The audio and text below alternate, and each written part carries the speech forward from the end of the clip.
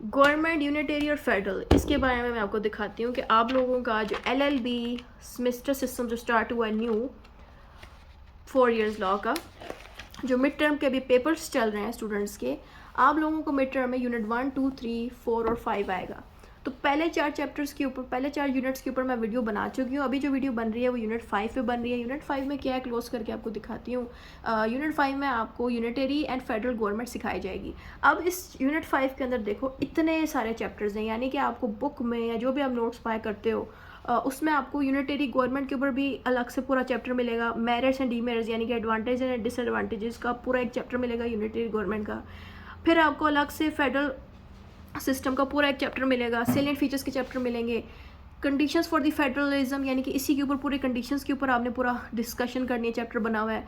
वैसे ही advantages and disadvantages के ऊपर भी पूरा चैप्टर बना हुआ है। अब आप कहते हो कि मैं इतने 6 चैप्टर्स याद तो नहीं कर सकता, मुझे कोई शॉर्टकट आंसर चाहिए, तो मैंने अभी इस वीडियो में इसी का ही शॉर्टकट आंसर बनाया हुआ है। यानी कि करना क्या है आप लोगों को कि यूनिट 5 के अंदर से कोई भी क्वेश्चन आएगा तो मेरा वाला आंसर डाल दो, आपका काम हो जाएगा। वो क्वेश्चन क्या है देख लेते हैं इसको।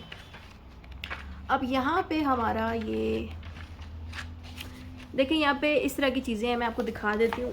ये है वो चीज़, ये है वो आंसर जिसकी मदद से आपका ये सवाल कवर होएगा। सपोज आपको एग्जाम में आ जाता है features of the unitary government, features पूछ लेते हैं आपसे यूनिटरी गवर्नमेंट की, या वो आपसे यूनिटरी गवर्नमेंट की बजाय फेडरल गवर्नमेंट पूछ लेते हैं, या वो दोनों ही नहीं पूछते, वो कहते हैं कि गवर्नमेंट सिस्टम बताएं।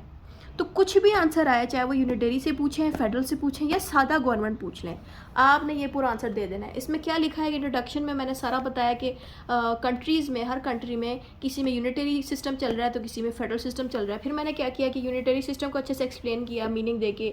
फिर मैंने लिखा मीनिंग ऑफ फेडरल गवर्नमेंट, यानी कि फिर मैंने फेडरल सिस्टम को अलग से एक्सप्लेन किया, दोनों को हेडिंग्स दे के। फिर मैंने क्या किया कि मैंने यूनिटरी गवर्नमेंट की हेडिंग दी। अच्छा, अब यूनिटरी गवर्नमेंट के 3 नाम होते हैं, आप इसको यूनिटरी गवर्नमेंट भी कह सकते हो, यूनिटेरियन भी कह सकते हो और यूनिटेरिज्म भी कह सकते हो, ठीक है।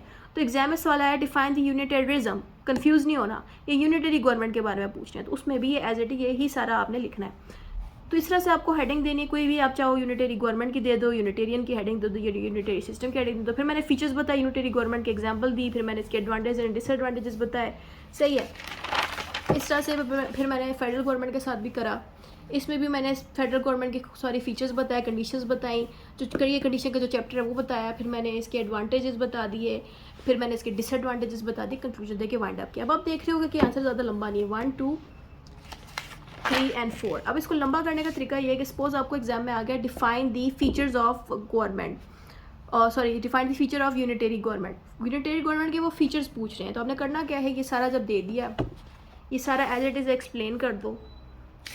कंक्लूजन से पहले सारे पॉइंट्स आप फीचर्स के दे दो, यानी कि कंक्लूजन से पहले जो सवाल पूछा जा रहा है उसको आप थोड़ा सा एक्सप्लेन कर दो, ताकि ये किसी तरह 6 पेजेस पे चला जाए, 6 साइड्स पे चला जाए। तो 6 साइड्स का जो आंसर है वो स्टैंडर्ड का आंसर होता है और उसी पे ही एक रीजनेबल मार्क्स मिल जाते हैं, ठीक है। तो इस तरह से आपका ये गवर्नमेंट वाला आंसर कवर हो जाता है। कोई भी क्वेश्चन आपको गवर्नमेंट पर है तो इस तरह से आप ये लिख सकते हैं और इसको लंबा कर सकते हैं जो चीज़ पूछी जाए। जैसे कि अगर फीचर्स से नहीं आता, अगर आपसे वो पूछ लेते हैं what is the advantages and disadvantages of the unitary system, तो उसके अंदर क्या करना है, ये सारा लिख देना है।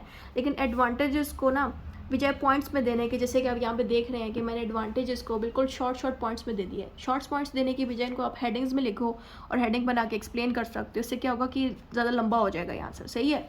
तो इस तरह से कुछ टेक्निक्स बता दी हैं आपको कि किस तरह से आप अपने आंसर को लंबा कर सकते हैं और कम तैयारी में आप अपनी तैयारी ख़त्म कर सकते हैं। यानी कि बस ये आंसर तैयार कर लो और थोड़ा बहुत आपको नॉलेज हो कि एडवांटेजेस आए, तो यहाँ पे मैंने थोड़ा सा इसको हेडिंग में लिख देना ताकि ये आंसर इतने पेजेस की बजाय 2 पेजेस पे पूरा आ जाए, ज़्यादा आ जाए, ताकि मेरा आंसर लंबा बन जाए, ठीक है। तो इतना ही था इस वीडियो में।